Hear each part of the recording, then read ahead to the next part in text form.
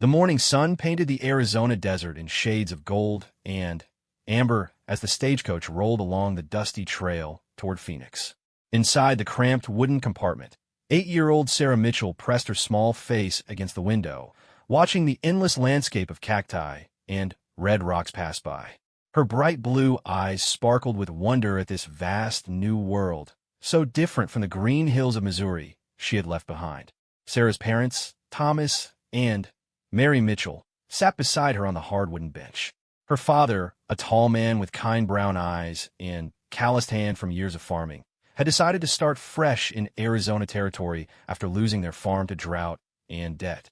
Her mother, a gentle woman with Sarah's same golden hair, clutched a small leather bag containing all their remaining money and her grandmother's silver locket.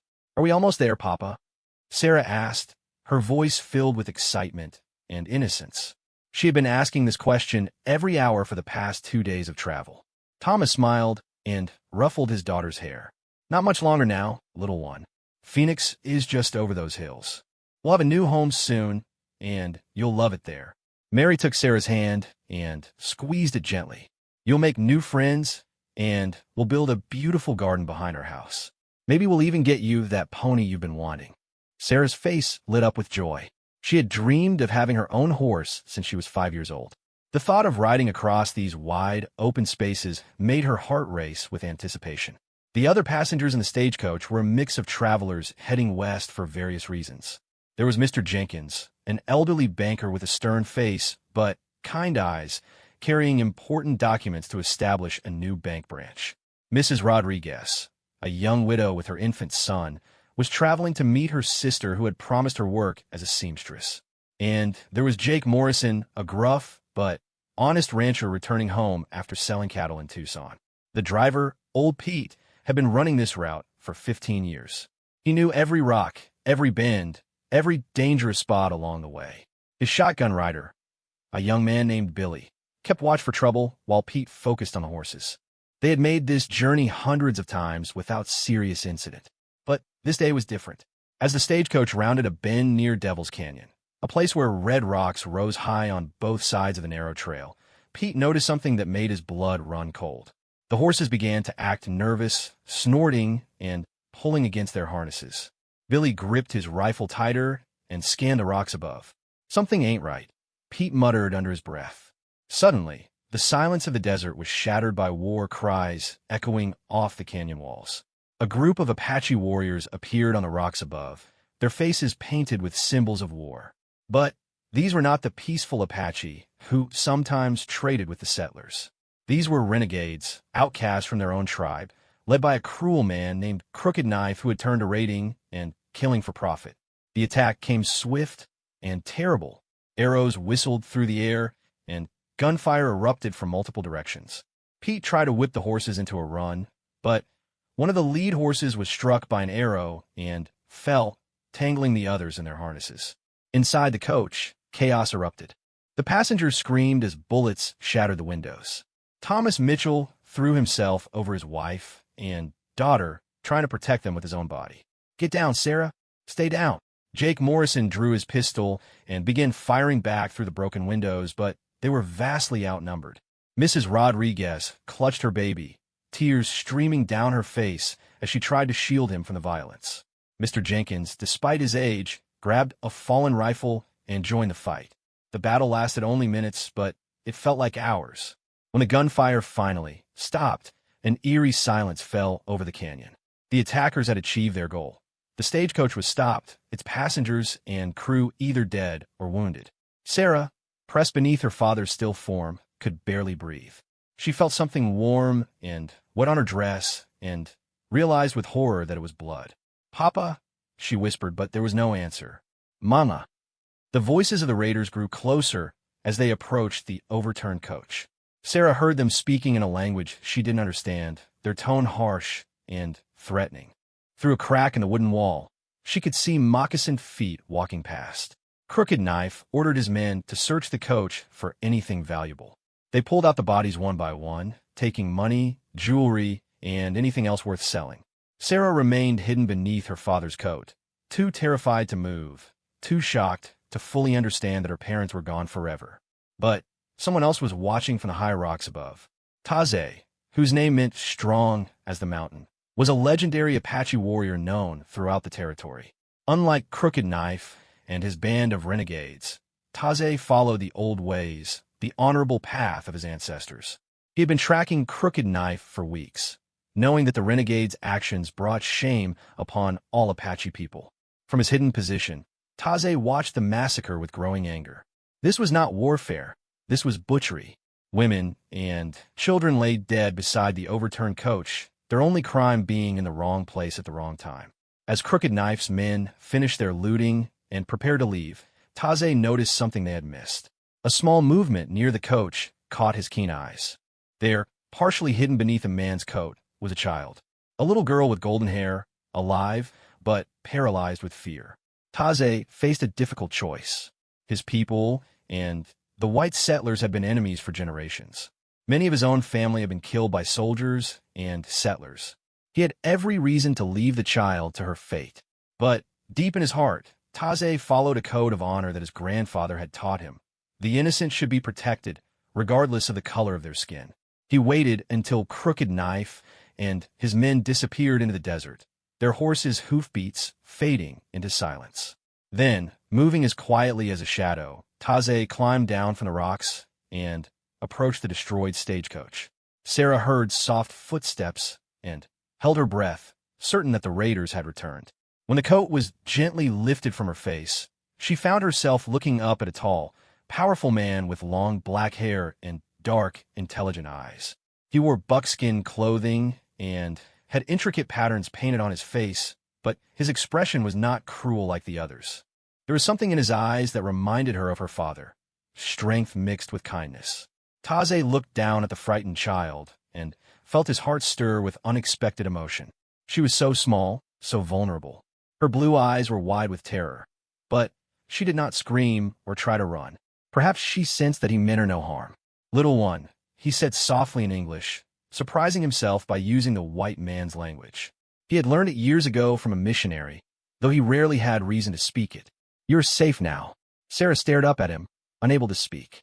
Around them lay the bodies of everyone she had ever loved. The desert stretched endlessly in all directions, and she was alone with this strange man who looked like the warriors in her father's adventure books. Taze knelt beside her and gently checked for injuries. Miraculous. The child was unhurt physically, though he could see the deep shock in her eyes. He looked at the bodies of her parents and felt a familiar rage at Crooked Knife's cruelty. "Your family?" he asked quietly. Sarah nodded, tears finally beginning to flow down her cheeks. "Mama and Papa," she whispered. Are they sleeping?" Taze's throat tightened. How could he explain death to one so young? How could he tell her that she was now alone in a harsh world that showed little mercy to the helpless? "They have gone to the spirit world," he said finally. "They're at peace now." Sarah didn't fully understand his words, but she understood the gentle tone of his voice. This man, who looked so fierce and strong, spoke to her with the same kindness her father had shown. As the sun began to set, painting the desert in deep purples and oranges, Taze faced the most important decision of his life. He could ride away and leave the child for others to find, if anyone ever passed this way. He could take her to the nearest settlement, though that was days away and she might not survive the journey. Or he could do something that went against everything his people expected of him. He looked down at Sarah, who was now sitting up but staying close to his side, instinctively trusting this stranger who had shown her kindness in her darkest hour. She had stopped crying, but her small hand clutched the torn fabric of her dress, and she kept looking around as if hoping to see her parents appear. Taze thought of his own losses, his wife and son killed by soldiers 3 years ago during a peaceful gathering that had turned into a massacre. He had sworn then to hate all white people forever, but this child had done no wrong. She was innocent of the crimes of her people, just as his own son had been innocent when the soldiers cut him down. "What is your name, little one?" he asked. "Sarah," she replied in a voice barely above a whisper. "Sarah Mitchell." "Sarah," he repeated, the foreign name feeling strange on his tongue. "I'm called Taze. It means strong as the mountain." Sarah nodded solemnly, as if she understood the importance of names and introductions even in this terrible situation. As the first stars appeared in the darkening sky, Taze made his choice. He could not leave this child to die in the desert. His grandfather's voice seemed to whisper in the wind, reminding him that strength without compassion was not true strength at all. "Sarah," he said carefully, "your family is gone. You cannot stay here alone. The desert is dangerous, and there are bad men who might hurt you." Sarah's lower lip trembled, but she listened bravely. "I can take you to live with other white people," Taze continued, "but it is far away, and I do not know if they would be kind to you. Or," he paused, hardly believing what he was about to offer, "you can come with me. I will protect you and teach you to be strong like the mountain." Sarah looked into his dark eyes and saw something there that made her feel less afraid. She didn't understand all the implications of his offer, but she knew she didn't want to be alone. This man had been gentle with her when he could have been cruel. He had spoken kindly when others might have ignored her. "Will you take care of me?" she asked in her small, clear voice. "I will protect you with my life," Taze promised, and he meant every word. As the moon rose over the desert, Taze began the difficult task of burying Sarah's parents and the other victims. Sarah sat nearby, wrapped in a blanket he had taken from the coach, watching this powerful warrior show respect for the dead, even though they were strangers to him. When the sad duty was finished, Taze gathered what supplies he could from the wreckage, a water barrel that was still intact, some food, and a few other essentials. He found a small bag that had belonged to Sarah's mother, containing a silver locket with tiny pictures of her parents inside. He gave this to Sarah, telling her it was important to remember where she came from. Then, with infinite care, he lifted the exhausted child onto his horse. Sarah had never ridden a horse before, but she felt safe in Taze's strong arms. As they rode away from the scene of devastation, heading deeper into the vast Apache territory, neither of them fully realized how completely their lives had just changed. Behind them, the desert wind began to erase the tracks of the destroyed stagecoach. Soon, nature would reclaim this place, and it would be as if the tragedy had never happened. But for Sarah and Taze, nothing would ever be the same. As they rode through the night, Sarah fell asleep against Taze's chest, exhausted by grief and shock. Taze held her carefully, marveling at how light and fragile she felt. He had made a promise to protect her, but he knew the challenges ahead would test them both in ways they couldn't imagine. The Apache people would not understand his decision. To them, she would always be the enemy, a reminder of all they had lost to the white man's expansion into their lands. And, to the white world, if they ever discovered Sarah's existence, Taze would be seen as her captor, not her protector. But, as he felt the child's steady breathing and saw the peaceful expression that had finally replaced the terror on her face, Taze knew he had made the right choice. Sometimes, he thought, the greatest courage came not from fighting enemies, but from showing mercy when mercy was least expected. The stars wheeled overhead his horse, and riders disappeared into the vastness of the Arizona territory, carrying with them a secret that would challenge everything both cultures believed about love, loyalty, and what it truly meant to be family. In the distance, a coyote howled, its voice carrying across the desert like a lament for all that had been lost, and perhaps like a blessing for all that was yet to be found. 3 months had passed since the night Taze found Sarah among the wreckage of the stagecoach, and the high desert camp where he lived had become a place of careful secrets and growing bonds. Hidden in a narrow canyon where red rocks formed natural walls, and a small spring provided fresh water year-round, this refuge was known only to a select few among the Apache people. Sarah had grown stronger in these months, though she still woke some nights calling for her parents. Taze had been patient with her grief, understanding that healing took time. He had lost his own family and knew the deep ache that never fully disappeared. But gradually, the sharp edges of her sorrow had begun to soften, replaced by a curious interest in this new world she found herself part of. The morning sun filtered through the cave opening where Sarah now slept on soft buffalo hides, warm and comfortable despite the October chill in the air. She had learned to wake silently, as Taze had taught her, listening first for any sounds that might signal danger. The desert had its own rhythm, and she was beginning to understand its moods. Outside the cave, she could hear Taze preparing for the day. He rose before dawn every morning, as was the Apache way, to greet the sun and offer prayers to the spirits of his ancestors. Sarah had watched him perform this ritual many times, fascinated by the quiet dignity with which he approached each new day. She dressed quickly in the buckskin clothes he had made for her. The soft leather was decorated with tiny beads and patterns he said represented protection and strength. Her golden hair, now grown longer and often braided with small feathers, caught the morning light as she emerged from the cave. "Good morning, little mountain," Taze said, using the Apache name he had given her.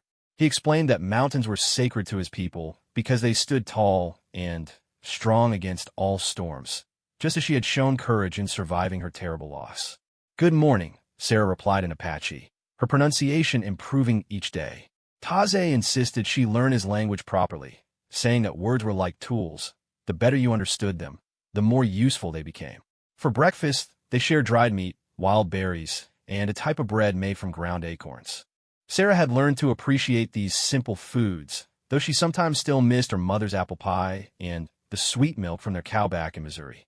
But such thoughts came less frequently now, and when they did, they brought more warmth than pain. After eating, Taze began Sarah's daily lessons. Teaching a white child the ways of the Apache was unlike anything he had ever attempted, but he approached it with the same determination he brought to everything in his life. "Today we learn to read the wind," he announced, leading her to a high ledge that overlooked the surrounding desert. The view was breathtaking, endless miles of rugged terrain stretching to distant purple mountains. Sarah had learned that nothing in Apache culture was taught through simple explanation. Instead, Taze would show her something and let her discover its meaning through experience and observation. He pointed to a hawk circling high above them. "What does the hawk tell us about the wind, little mountain?" Sarah watched the bird carefully, remembering previous lessons. "The way it flies, it's not working hard to stay up. The wind must be strong and steady today." Taze nodded approvingly. "Good. And what else?" She studied the hawk's movement more intently. "It's hunting, but it's being very patient, waiting for the right moment."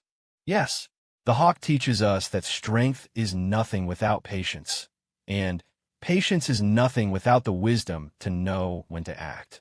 These lessons were never just about the immediate subject. Everything Taze taught her carried deeper meanings about how to live with honor and wisdom. Sarah was beginning to understand that the Apache way of seeing the world was very different from what she had known before, but also very beautiful. They spent the morning learning to identify different plants and their uses. Taze showed her which berries were safe to eat, which leaves could heal cuts and bruises, and which roots could be ground in a flour. He taught her to take only what she needed and always to leave some for the animals and for the plants to continue growing. "The earth is our mother," he explained as they gathered medicinal herbs. "A good child does not take everything from their mother, but shares and makes sure there is enough for all." Sarah found herself thinking about her real mother as she worked alongside Taze. Sometimes she felt guilty for enjoying her new life when her parents were gone. But Taze seemed to understand these feelings without her having to explain them. "Your mother and father live in your heart now," he had told her one evening when she was particularly sad. "The love they gave you is like a seed. When you plant it in good soil and care for it properly, it grows into something beautiful that can feed many people." As the weeks passed, Sarah began to understand what he meant. The love her parents had given her was helping her learn to love this strange, wonderful new family she had found. But their peaceful existence was not without challenges. The greatest difficulty was keeping Sarah's presence secret from other Apache who might visit Taze's camp. Taze was a respected warrior, sought out for his counsel and his skills as a tracker. Other Apache would sometimes come to him for advice or to ask his help in important matters. When this happened, Sarah had to hide in a special cave deeper in the canyon, staying absolutely silent until the visitors left. These times were frightening for her. Alone in the dark cave with only her thoughts for company, she would remember the attack on the stagecoach and worry that bad men might find her again. But Taze always came back for her, and gradually she learned to trust that he would never abandon her. The secrecy was necessary because most Apache still considered all white people their enemies. The wounds of war were too fresh, the losses too great. Many families had suffered as Taze had, losing loved ones to soldiers and settlers. They would not understand his decision to save a white child when so many Apache children had been killed. One day in late October, this delicate balance was nearly shattered. Sarah was practicing throwing a small spear at a target Taze had made for her when they heard horses approaching the canyon. Taze's expression immediately became alert and serious. "Quickly, Little Mountain, go to the hiding place and stay there until I come for you." Sarah obeyed instantly, having practiced this routine many times. She grabbed a water skin and some dried food, then hurried to the concealed entrance of the deeper cave. From there, she could hear voices echoing off the canyon walls, but she couldn't make out what was being said. The visitors were 3 Apache warriors from a band led by Chief Nate. They had come to ask Taze to help them track some stolen horses. But their leader, a fierce young man named Broken Arrow, was suspicious about why Taze had been living alone in the canyon for so many months. "It is not natural for a warrior to live in solitude," Broken Arrow said, his eyes scanning the camp. "Where are you hiding, Taze?" Taze kept his expression calm, though his heart was beating faster. "I hide nothing. I prefer the quiet for meditation and healing. The spirits speak more clearly when there are fewer voices to distract them." This was partially true. Since losing his family, Taze had indeed sought solitude. But Broken Arrow was not satisfied with the explanation. "I smell something strange here," he said, walking around the camp and examining everything carefully. "Something that does not belong."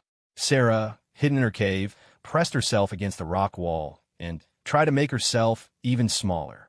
She could hear the suspicion in the man's voice and knew that discovery would mean terrible trouble for both her and Taze. The investigation might have ended there, but then one of the other warriors found something that made Sarah's blood run cold, a small piece of blue fabric caught on a thorny bush near the spring. It was from her original dress, the one she had worn on the stagecoach. Taze thought he had destroyed all traces of her white clothing, but this small fragment had escaped his notice. "This is not Apache work," Broken Arrow declared, holding up the fabric. "This is white woman's cloth. Recent by the look of it." The canyon fell silent except for the whisper of wind through the rocks. Sarah felt terror rising in her throat, but she forced herself to remain absolutely still. Taze's mind raced. He could deny knowledge of the cloth, but Broken Arrow was too intelligent to believe such a claim. He could tell some partial truth, but lies had a way of creating more problems than they solved. In that moment of crisis, Taze made a choice that surprised even himself. "You are right," he said calmly. "I have been hiding something." Broken Arrow's eyes narrowed. "What?" "I found his cloth at the place where Crooked Knife and his cowards massacred travelers 3 moons ago. I took it as a reminder that even the greatest warrior must be vigilant against those who bring shame to our people." This was technically true, though not the whole truth. Taze watched Broken Arrow's face carefully, hoping the explanation would satisfy him. "You went to the place of the massacre?" one of the other warriors asked. "Why?" "I have been tracking Crooked Knife," Taze replied. "His actions bring dishonor to all Apache. Someone must stop him before the soldiers decide to punish all of us for his crimes." This explanation had the ring of truth, because it was mostly true. Taze had indeed been tracking Crooked Knife, though his motives were now more complex than simple justice. Broken Arrow studied Taze's face for a long moment. Finally, he nodded slowly. "This is honorable work. But why do you pursue him alone? Such a task would be easier with help." "Some paths must be walked alone," Taze replied. "My grandfather taught me that a man must sometimes choose between the easy way and the right way." After more discussion about the stolen horses and Crooked Knife's recent activities, the 3 warriors finally departed. Taze waited until their horses' hoofbeats had faded completely before calling Sarah from her hiding place. She emerged from the cave pale and shaken, having understood enough of the conversation to know how close they had come to disaster. "I'm sorry," she said immediately. "I didn't know I had left any pieces of my old dress." Taze knelt down to her level and placed his hands on her shoulders. "You did nothing wrong, Little Mountain. But this reminds us that we must be even more careful. The world is not ready to understand what we have chosen to do." That evening, as they sat by their small fire, Taze told Sarah more about the conflict between his people and hers. He explained the history of broken treaties, stolen lands, and the cycle of violence that had destroyed so many families on both sides. Hatred is like a wound that will not heal, he said, watching the flames dance in the darkness. Each side inflicts pain on the other, and then uses that pain to justify inflicting more pain. It goes on and on until everyone forgets what they were fighting about in the first place. But you don't hate me, Sarah said, even though I'm white. Taze looked at her thoughtfully. In the firelight, her blue eyes looked very serious for such a young child. You are right, little mountain. I do not hate you, but I cannot forget that many of my people would not understand this. Will they ever understand? Perhaps, Taze said. Change comes slowly, like water wearing away stone. But it does come. As the weeks continued, Taze began to prepare Sarah for the possibility that their situation might not last forever. He taught her more complex skills, how to find her way by the stars, how to survive alone in the desert for several days, how to recognize friendly Apache by their clan markings. Why are you teaching me these things? She asked one day, after a particularly intensive lesson on desert survival. Taze hesitated before answering. Because a wise person prepares for all possibilities, little mountain. I hope we will have many years together, but life is uncertain. You must be strong enough to survive whatever comes. The thought of being separated from Taze frightened Sarah more than anything else. He had become her anchor in this strange new world, the person who made her feel safe and loved despite everything she had lost. But she was learning to be brave, as he had taught her, and she nodded seriously. Understand. I will practice harder. As winter approached, bringing cooler nights and shorter days, their bond continued to deepen. Sarah's Apache language skills improved rapidly, and she began to understand the complex web of relationships and traditions that governed Apache society. Taze, meanwhile, found himself rediscovering joy through her eyes, watching her delight in simple things. The way morning light painted the canyon walls, the graceful flight of birds, the taste of honey from wild bees, reminded him that life held beauty even in the midst of sorrow. Her laughter, rare at first, but gradually becoming more frequent, was like medicine for his wounded spirit. One evening, as they prepared for sleep, Sarah asked a question that had been troubling her. Taze, do you think my mama and papa would be angry that I'm learning to live like an Apache? Taze considered this carefully before answering. Tell me what you remember about your parents, little mountain. Sarah thought for a moment. They were kind to everyone, even people who were different from us. Papa always said that good people come in all colors and speak all languages. And Mama said that love was the most important thing, more important than anything else. Then I think, Taze said gently, that they would want you to be safe and happy. They would want you to learn and grow strong. And they would want you to honor the people who care for you, whoever they might be. Sarah nodded, feeling a sense of peace settle over her. I think so too. As she drifted off to sleep that night, wrapped in warm furs and listening to Taze's steady breathing nearby, Sarah felt something she hadn't experienced since the attack. She felt truly at home. But far away in the territorial capital, wheels were already turning that would soon threaten the fragile sanctuary they had built together. Reports of Apache activity were increasing, and the army was planning a major campaign to round up all remaining free Apache bands. The peaceful days in the hidden canyon were numbered, though neither Sarah nor Taze knew it yet. For now, they had each other, and in a world torn by hatred and violence, that was enough to create a small miracle of love and understanding. The desert night settled around them like a protective blanket, while overhead the same stars that had watched over countless generations of Apache people continued their ancient dance across the sky. 2 years had transformed Sarah from a frightened child into a confident young girl who moved through the desert like she had been born to it. Now 10 years old, she could track a rabbit across rocky ground, start a fire with just flint and tinder, and speak Apache so fluently that visiting warriors sometimes forgot she wasn't one of them until they saw her blue eyes and light hair. The hidden canyon had become more than just a refuge. It was home in every sense of the word. Sarah knew every rock formation, every hidden cave, every plant that grew near the precious spring. She had watched the seasons change 8 times now, learning to read the subtle signs that told of coming rain or approaching winter. But the outside world was changing too, and those changes were about to reach even their remote sanctuary. It was a crisp morning in early spring when Taze returned from one of his scouting trips with news that made Sarah's stomach clench with worry. He had been gone for 5 days, gathering information about Crooked Knife's movements and the increasing presence of soldiers in the territory. "The Bluecoats are everywhere now," he told her as they sat together near their morning fire. "They have new orders to capture or kill every Apache who will not surrender and live on the reservation." Sarah had learned enough about the world beyond their canyon to understand what this meant. The reservation was a place where the government forced Apache people to live, giving them barely enough food to survive, and forbidding them to practice their traditional ways of life. "What about us?" she asked, trying to keep the fear out of her voice. "Are we safe here?" Taze's expression was grave. "For now, but they're searching every canyon, every hiding place. It is only a matter of time before they find this place." The thought of soldiers discovering their home terrified Sarah for many reasons. Not only would they take Taze away, but they would also discover her existence. She had often wondered what would happen to a white girl who had been living with an Apache warrior. Would they believe she was there willingly? Would they understand that Taze had saved her life?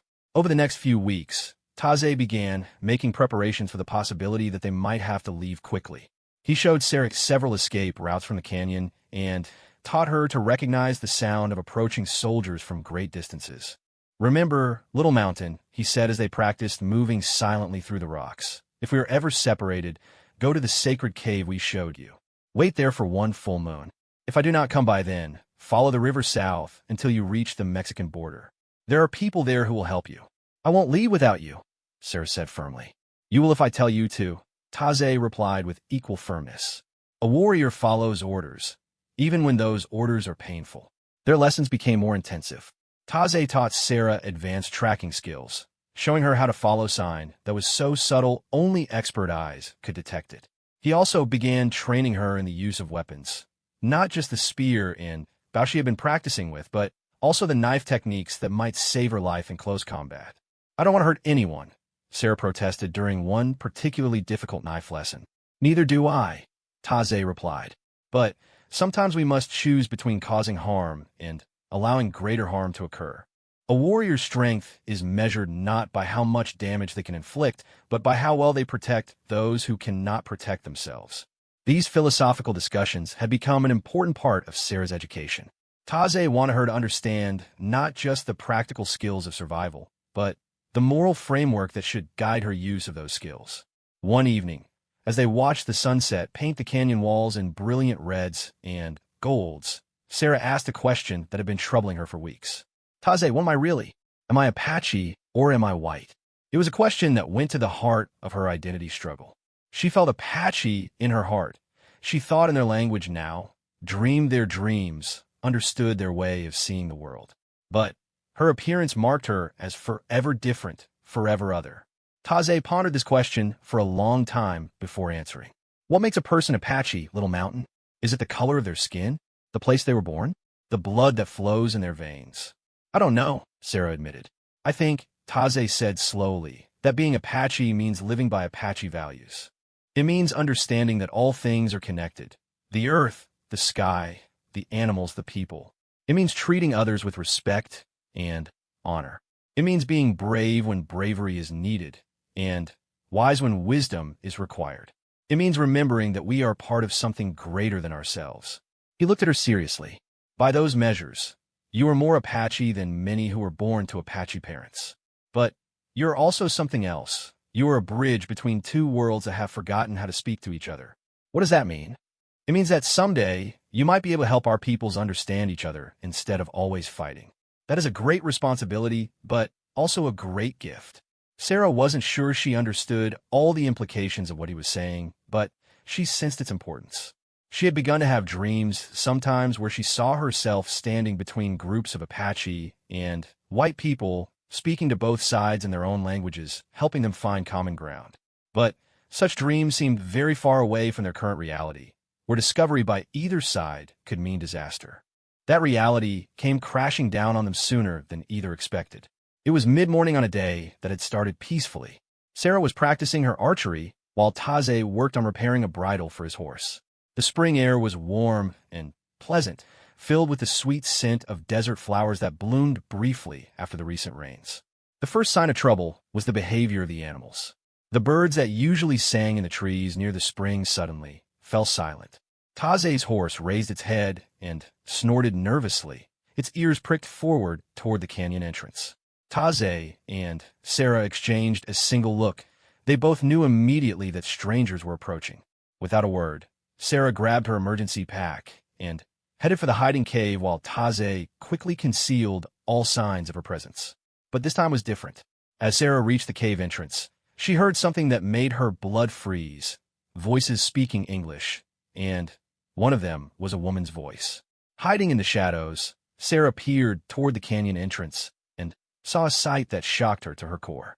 A group of 6 people were making their way carefully down the narrow trail.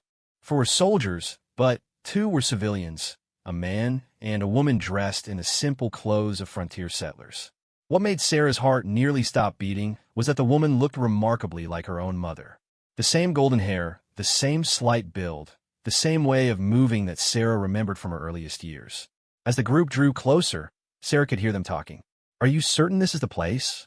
one of the soldiers was asking. "The tracks lead here," replied their scout, a grizzled man with sun-weathered skin. "And the Apache we captured said Taze was hiding in a canyon near Devil's Rock." "Emily, are you sure you want to do this?" the civilian man asked the woman. "If this warrior really did take your sister's child, he might not give her up peacefully." The woman, Emily, straightened her shoulders with determination. "She's the only family I have left, Marcus. If there's even a chance that Sarah survived that stagecoach attack, I have to find her." Sarah's mind reeled. This woman was her aunt, her mother's sister whom she had never met but heard stories about. Emily had moved to California years before Sarah was born, and they had lost contact with her. Now she was here, looking for her. But even as part of Sarah's heart leaped with joy at the possibility of reuniting with family, another part of her was torn with conflicting emotions. These people saw Taze as her captor, not her protector. They didn't understand that he had saved her life and given her a home when she had nothing. From her hiding place, Sarah watched as the group entered the main area of the camp. Taze stood waiting for them, tall and proud, showing no fear despite being outnumbered. "You are Taze?" the soldier in charge asked. I am Captain Morrison of the 7th Cavalry. We have reports that you are holding a white child captive." Taze's expression didn't change. "I hold no captives." Emily stepped forward, her voice shaking with emotion. "Please, if you have my niece, Sarah Mitchell, I'm begging you to let me see her. She's just a little girl. She doesn't belong in this wilderness." Sarah felt tears starting in her eyes. The anguish in her aunt's voice was real and heartbreaking. This woman had obviously been searching for her, probably for years. She loved her without even knowing her. But Taze was also family now. The person who had cared for her, taught her, protected her. The person who had given her a new life when her old one was destroyed. "There is no white child here," Taze said calmly. Captain Morrison nodded to his men, and they began searching the camp thoroughly. Sarah knew they would find signs of her presence eventually. Taze had hidden the most obvious evidence, but 2 years of life left traces that experienced trackers would detect. Sure enough, within minutes one of the soldiers called out, "Captain, over here." He had found some of Sarah's clothes hanging on a line behind a rock formation, and nearby were the remains of a doll Taze had carved for her from wood and decorated with beads. "This doll is definitely made for a white child," the soldier reported, "and these clothes are sized for a girl about 10 years old." Emily's face went pale, then flushed with hope and anger. "Where is she?" she demanded, turning to face Taze. "What have you done with Sarah?" Taze remained silent, his face impassive. But Sarah could see the tension in his posture, the way his hand rested near his knife. He was prepared to fight if necessary, even against impossible odds. Captain Morrison drew his pistol and pointed it at Taze. "I'm going to ask you one more time, Apache. Where's the girl?" "And I will tell you one more time," Taze replied with dignity. "I am holding no captives." The standoff stretched taut as a bowstring. Sarah realized that the situation was about to explode into violence, and she couldn't let that happen. Too many people she cared about were in danger. Taking a deep breath, she made the most difficult decision of her young life. Stepping out from her hiding place, she walked slowly into the camp area. "I'm here," she said quietly. The effect was instantaneous and dramatic. Emily gasped and sank to her knees, tears streaming down her face. The soldiers all turned to stare at this strange sight. A white girl dressed in Apache clothing, speaking English with a slight accent that suggested she had been speaking another language more frequently. "Sarah," Emily whispered. "Oh my God, is it really you?" Sarah nodded, but she didn't run to her aunt's embrace. Instead, she walked over to stand beside Taze, her hand reaching out to touch his arm in a gesture of loyalty and affection. "Are you hurt, child?" Captain Morrison asked, his voice gentler now. "Has this savage mistreated you?" "He is not a savage," Sarah said fiercely, her eyes flashing with anger. "Taze saved my life. He's taken care of me and protected me and taught me to be strong." The adults stared at her in shock. This was clearly not the traumatized, grateful victim they had expected to find. Emily rose shakily to her feet and took a step towards Sarah. "Sweetheart, I'm your Aunt Emily. Your mother was my sister. I've been looking for you for 2 years. We all thought you were dead." Sarah's lower lip trembled. Hearing about her mother brought back a flood of memories and emotions she had learned to control. But she didn't move away from Taze's side. "I know who you are," she said softly. "Mama told me stories about you. But Taze is my family now, too." "Family?" Captain Morrison looked incredulous. "Child, this man kidnapped you. He stole you from your own people." "No!" Sarah's voice rang through the canyon. "Bad men killed my mama and papa. Taze found me and saved me from dying in the desert. He's been good to me. He's taught me wonderful things and taken care of me like a father." The last word hung in the air like a challenge. Sarah had never called Taze father before, but in this moment of crisis, she realized that was exactly what he had become to her. Taze felt a surge of emotion at her words, but he kept his expression controlled. He knew that admitting any emotional attachment to Sarah would only make things worse in the eyes of these people. Emily was crying openly now. "Sarah, honey, I understand that you're confused. This man may have been kind to you, but you belong with your own people. You belong with me." "These are my people too," Sarah said stubbornly. Captain Morrison had heard enough. "I'm sorry, little lady, but you're coming with us. This Apache will be arrested and taken to the reservation where he belongs. You'll be returned to your family where you'll be safe and properly cared for." "No." Sarah stepped protectively in front of Taze. "You can't take him away. He hasn't done anything wrong." "Sarah," Taze spoke for the first time since she had emerged from hiding. His voice was calm but firm. "Go with your aunt." Sarah spun around to face him, her eyes wide with betrayal and confusion. "What? No, I won't leave you." Taze placed his hands on her shoulders and looked directly into her eyes. "Listen to me, little mountain. These people are your blood family. They have been searching for you because they love you. You cannot run from who you are. But you're my family too, and I always will be," Taze said softly. "No one can take away what we have shared. But you have a chance for a different kind of life now, a life among your birth people. You should take that chance." Sarah felt like her world was falling apart all over again. Just as she had learned to feel safe and loved, everything was being torn away from her once more. "I don't want a different life," she said through her tears. "I want to stay here with you." Captain Morrison stepped forward impatiently. "We're wasting time. The girl doesn't understand what's best for her." But Emily held up a hand to stop him. She had been watching the interaction between Sarah and Taze with growing understanding. Whatever had happened between them, it was clear that genuine care existed on both sides. "Wait," she said. She approached Sarah carefully, as if she were a wild animal that might bolt at any sudden movement. "Sarah," Emily said gently, "I can see that this man means a great deal to you, and I can see that he cares about you too. But you're still just a little girl, and little girls need more than the wilderness can provide. You need school, and friends your own age, and a chance to learn about the world you were born into." She knelt down, so she was at Sarah's eye level. "I'm not asking you to forget about this time, or about Taze. I'm asking you to trust me the way you've trusted him. Can you do that?" Sarah looked back and forth between her aunt's hopeful face and Taze's calm but sad expression. She felt pulled in two directions by love and loyalty, unable to choose without betraying someone important to her. The decision was made for her when Taze spoke again. "You will go with them, little mountain. But remember everything I have taught you. Remember that you are strong like the mountain. And remember that love is not something that can be divided or lost. It only grows larger when it is shared." Sarah knew from his tone that this was not a request, but a a command. In Apache culture, a child obeyed their elders, especially when those elders were acting out of love rather than selfishness. With tears streaming down her face, Sarah nodded slowly. But even as she prepared to leave the only home she had known for 2 years, she made a silent vow that this would not be the end of her connection to Taze and the Apache world that had shaped her heart. Somehow, someday, she would find a way to bridge the gap between her two worlds.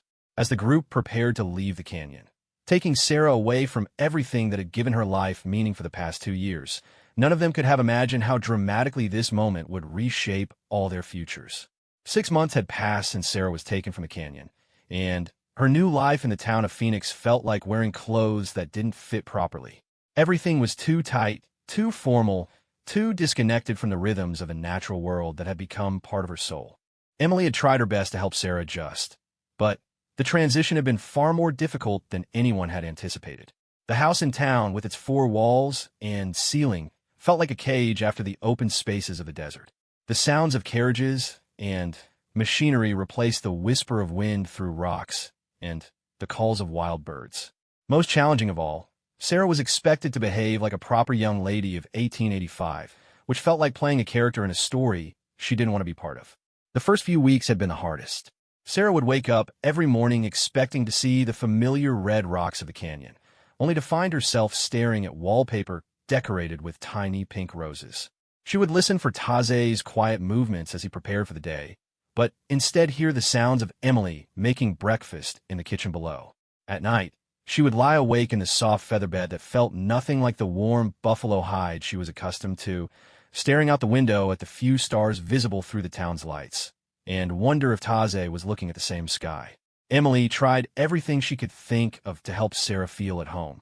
She bought her beautiful dresses, arranged for piano lessons, enrolled her in the local school, and introduced her to other children her age.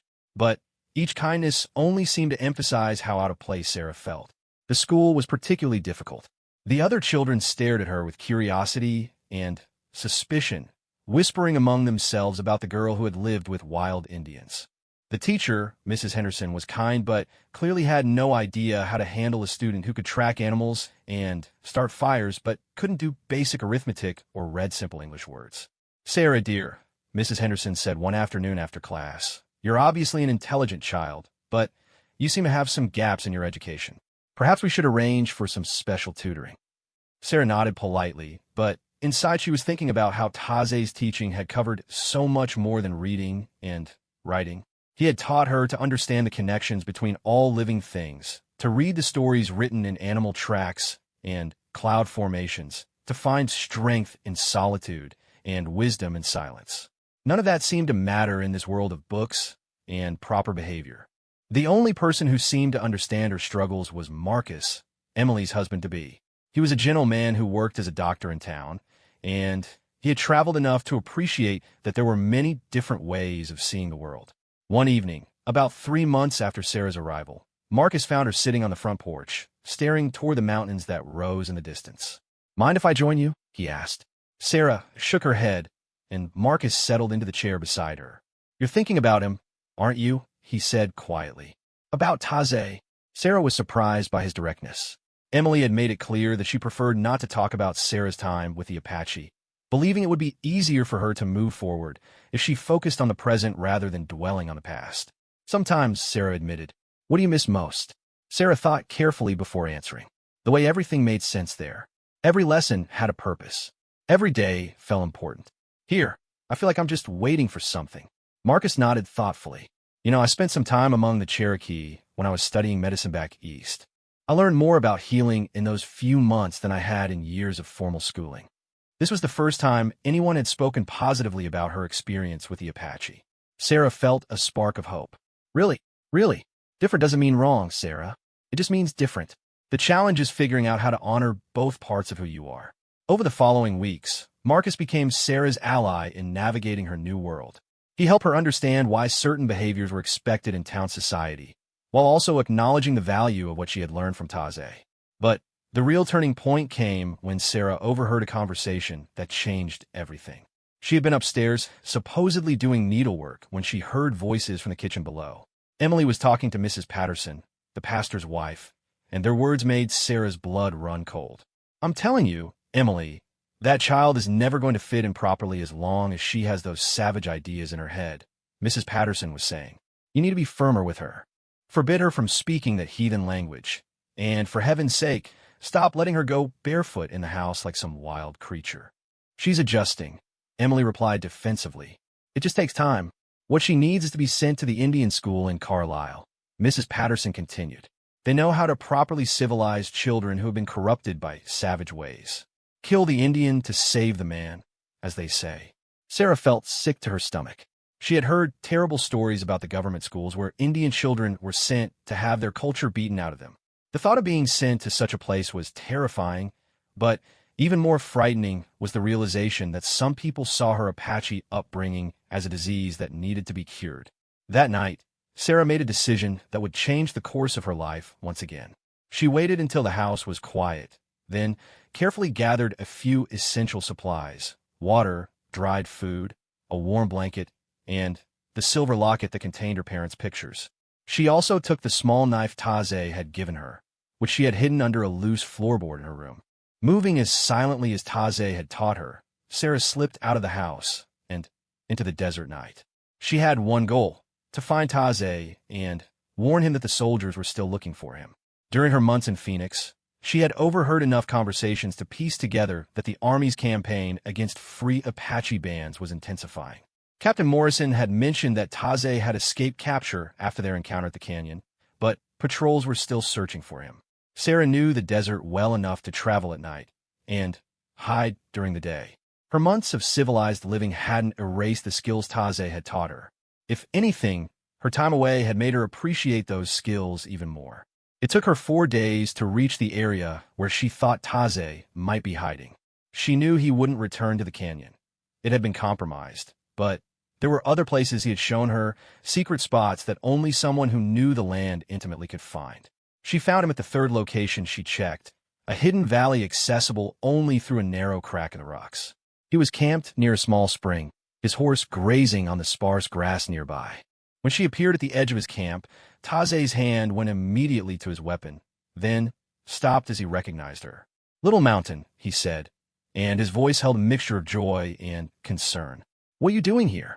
Sarah ran to him and threw her arms around his waist, feeling truly at home for the first time in months. "I had to warn you," she said. "The soldiers are still looking for you, and I couldn't stay there anymore." Taze held her close, but his expression was troubled. "Tell me what has happened." Sarah told him everything, about her struggles in town, about Mrs. Patterson's suggestion that she be sent to the Indian school, about how disconnected and false her life felt in the white world. "I want to stay here with you," she concluded. "I don't care what anyone says. This is where I belong."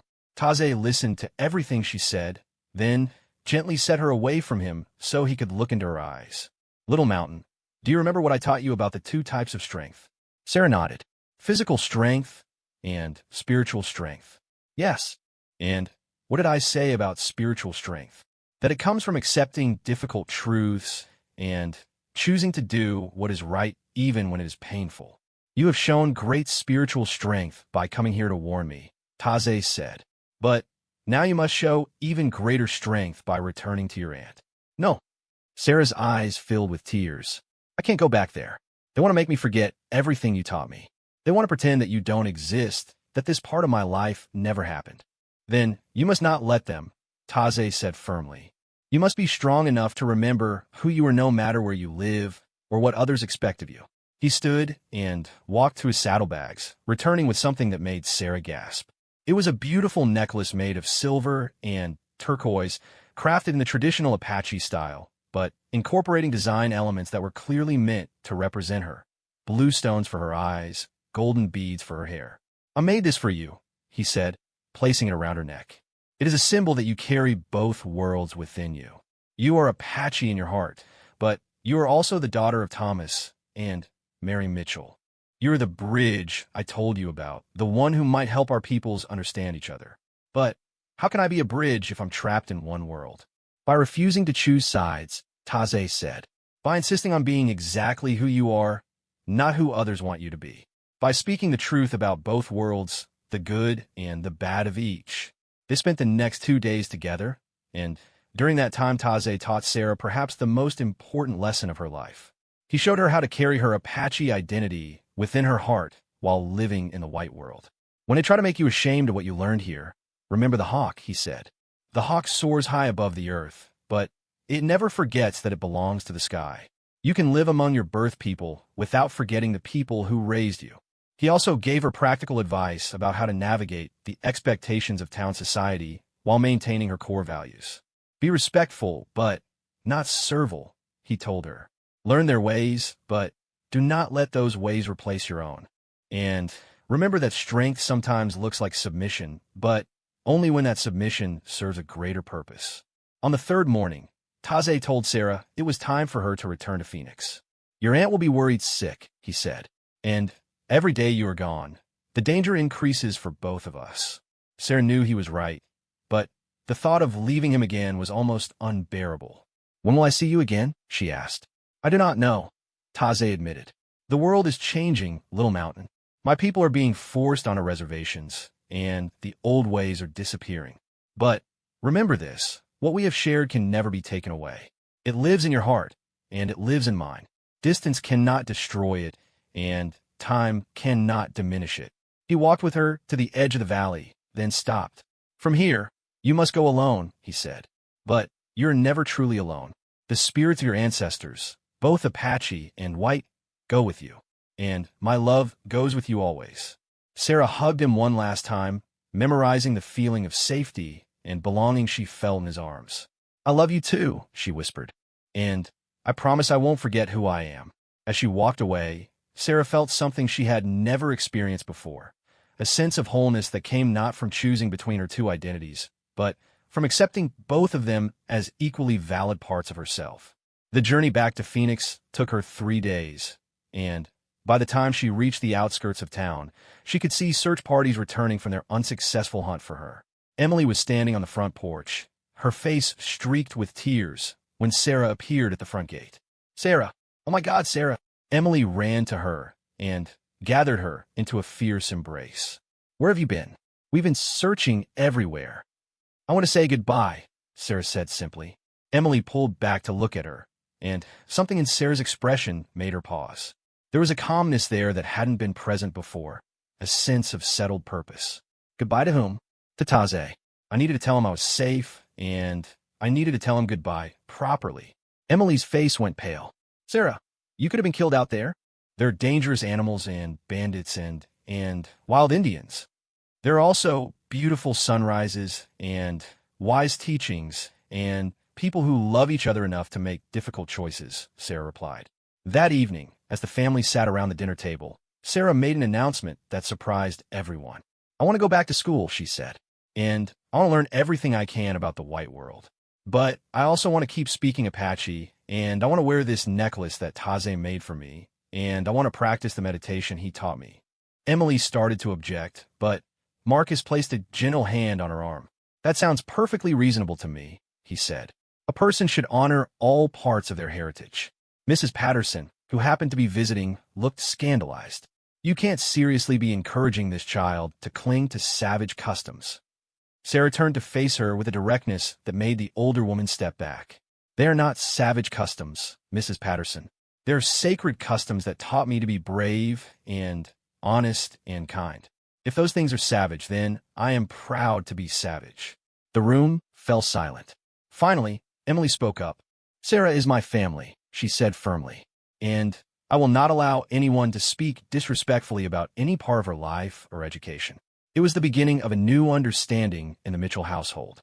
Sarah would learn to live in both worlds, honoring both her Apache heart and her white heritage. But none of them knew that their greatest challenges lay ahead, as the final conflicts between the Apache people and the U.S. government were about to reach their climax, and Sarah would be forced to choose not between her identities, but between her safety and her principles. 3 years had transformed Sarah into a young woman of 13 who walked confidently between two worlds, though that confidence would soon be tested in ways she never imagined. She had learned to read and write English fluently, could play piano passably well, and understood the social graces expected of a proper young lady in Phoenix society. But She had also maintained her Apache language skills, still practiced the meditation and observation techniques Taze had taught her, and wore the turquoise necklace he had made for her every single day. The townspeople had gradually accepted this unusual arrangement, though some still whispered about the girl who spoke to the wind, and could predict storms by watching the behavior of birds. Sarah had learned to ignore the whispers and focus on those who appreciated her unique perspective. Dr. Marcus, now her stepfather, after marrying Emily the previous year, had become her strongest advocate. He often brought her along when he treated patients who spoke only Apache or other tribal languages, using her translation skills to provide better medical care. This work gave Sarah a sense of purpose and helped bridge the gap between her two worlds. But the larger world was changing in ways that threatened to tear apart the delicate balance she had achieved. The Apache Wars were entering their final phase.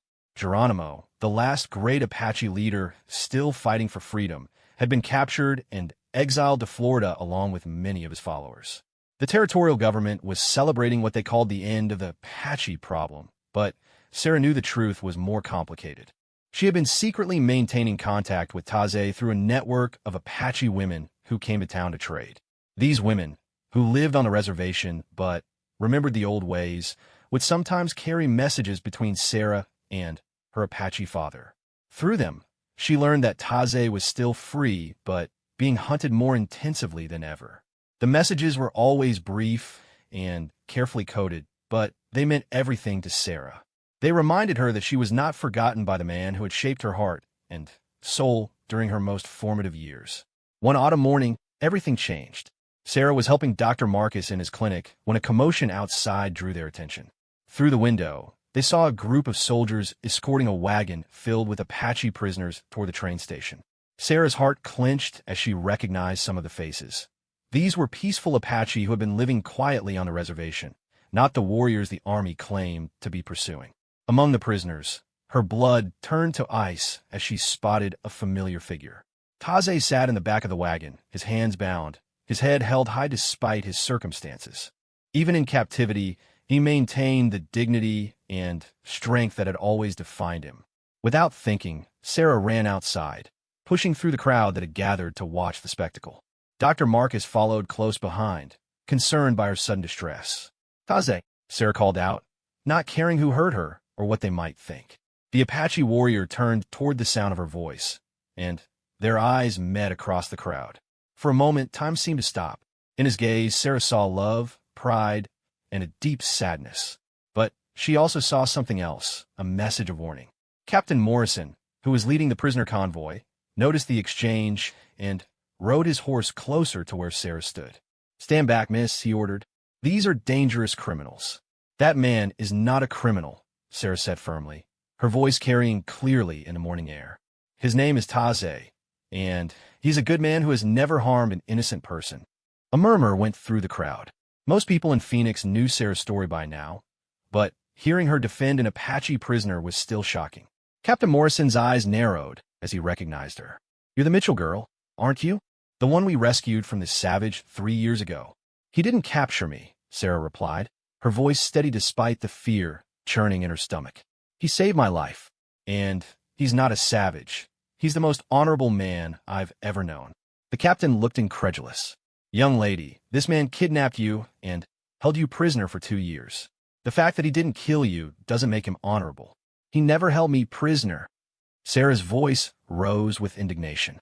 "He found me dying in the desert after my parents were murdered by renegades. He cared for me and protected me and taught me to be strong. I was never his prisoner. I was his daughter." The word daughter seemed to hang in the air like a challenge. The crowd fell silent, shocked by Sarah's passionate defense of the bound Apache warrior. Dr. Marcus stepped up beside Sarah, placing a protective hand on her shoulder.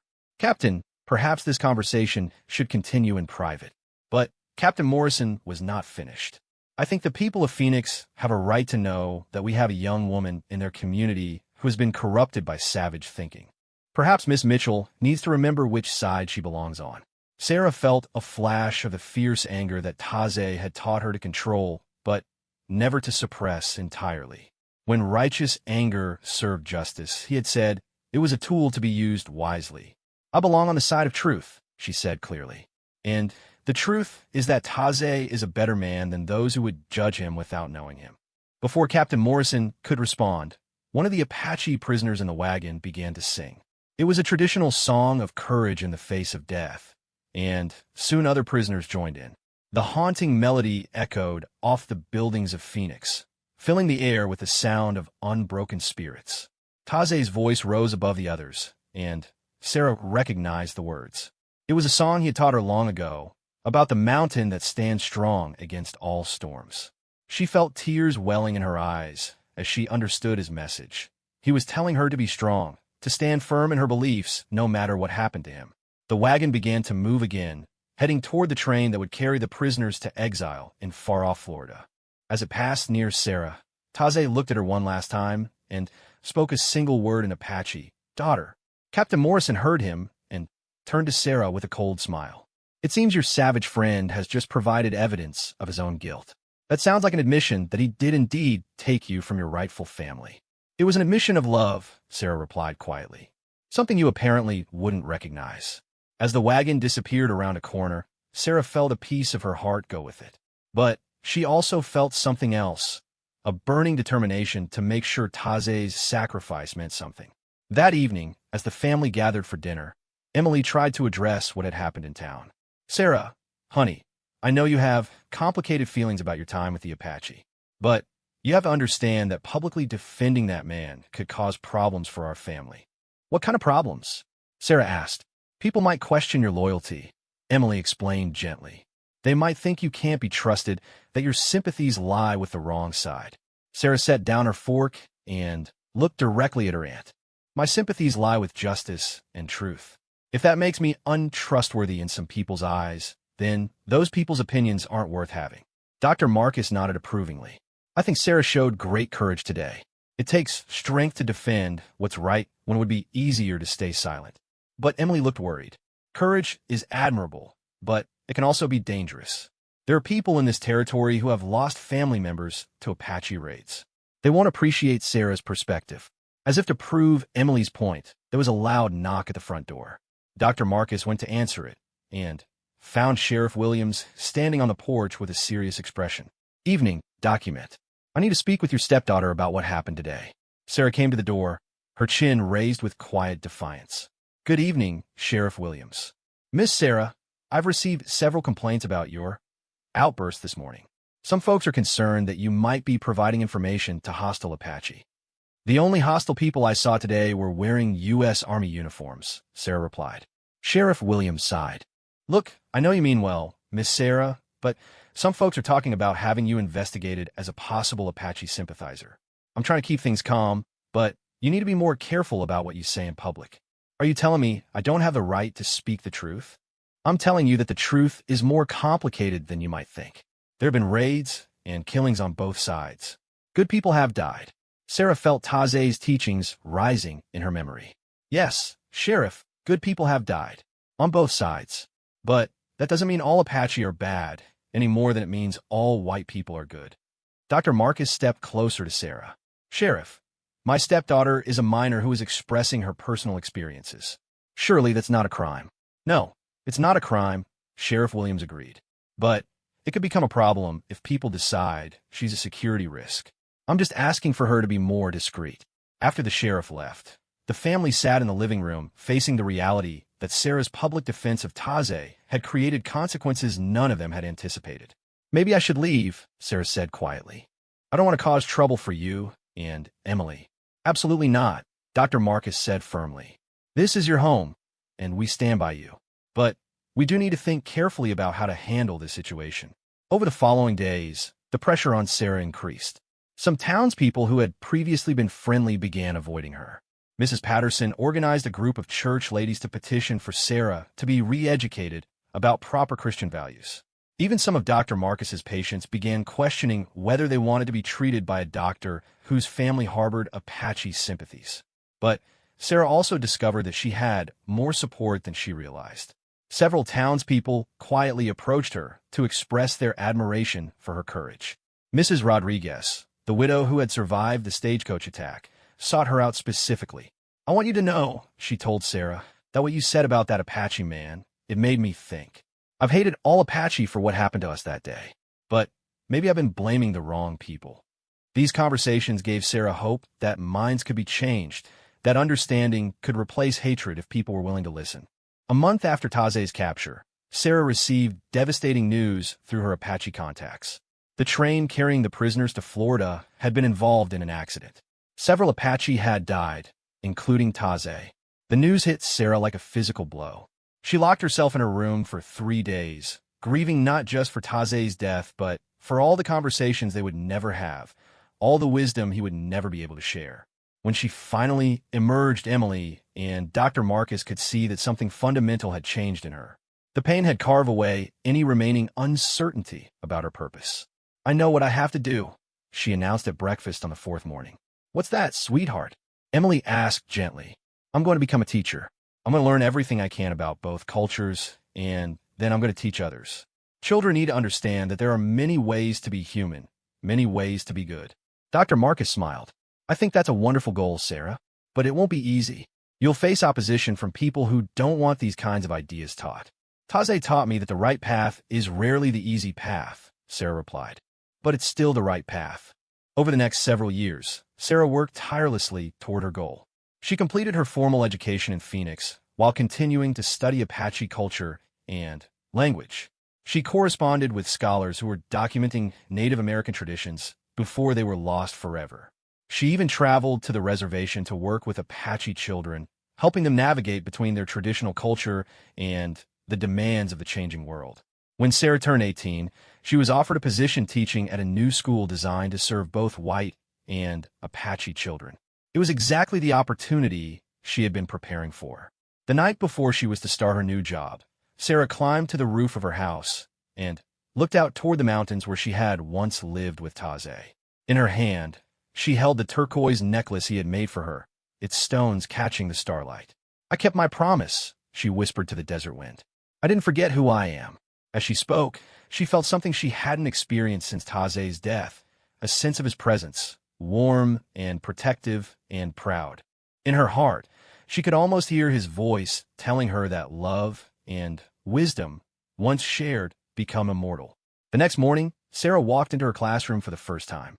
Half of her students were white children from town. The other half were Apache children from the reservation. They sat on opposite sides of the room, eyeing each other with suspicion and fear. Sarah stood at the front of the classroom and spoke her first words as a teacher in both English and Apache. "Welcome, my children. Today we begin learning about the most important subject of all, how to see the humanity in each other." One white child raised his hand. "Miss Mitchell, my pa says Apache are dangerous savages." Sarah nodded seriously. "That's what some people believe. Can anyone tell me what they think an Apache child might have heard about white people?" An Apache girl spoke up hesitantly. "My grandmother says white people want to kill all Apache and take our land." "So," Sarah said gently, "you've both heard that the other side is dangerous and bad. But look around this room. Do any of you actually look dangerous to each other?" The children began to really look at each other for the first time. Slowly, tentatively, some shook their heads. "I thought not," Sarah said with a smile. "Now, let me tell you a story about a little white girl and an Apache warrior and how they learned that love is stronger than fear." As Sarah began to share the story of her own journey, she could feel Taze's spirit smiling. She was fulfilling the destiny he had seen for her all those years ago, becoming the bridge between two worlds, helping others learn the lesson that had transformed her own life. Outside the schoolhouse windows, the Arizona desert stretched endlessly toward the horizon, vast and beautiful and full of possibilities.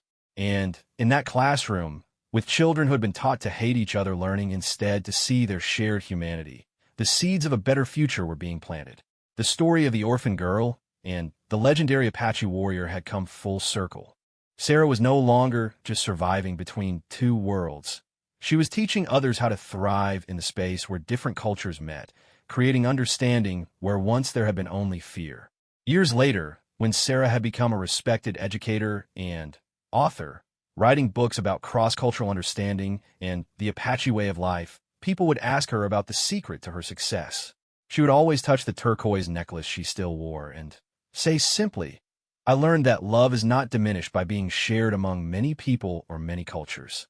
Instead, it grows stronger I learned this from the wisest teacher I ever knew, a man who showed me that the greatest courage is the courage to love across the boundaries that others say cannot be crossed. In the end, the ambush that had orphaned a frightened 8-year-old had led to something beautiful and lasting.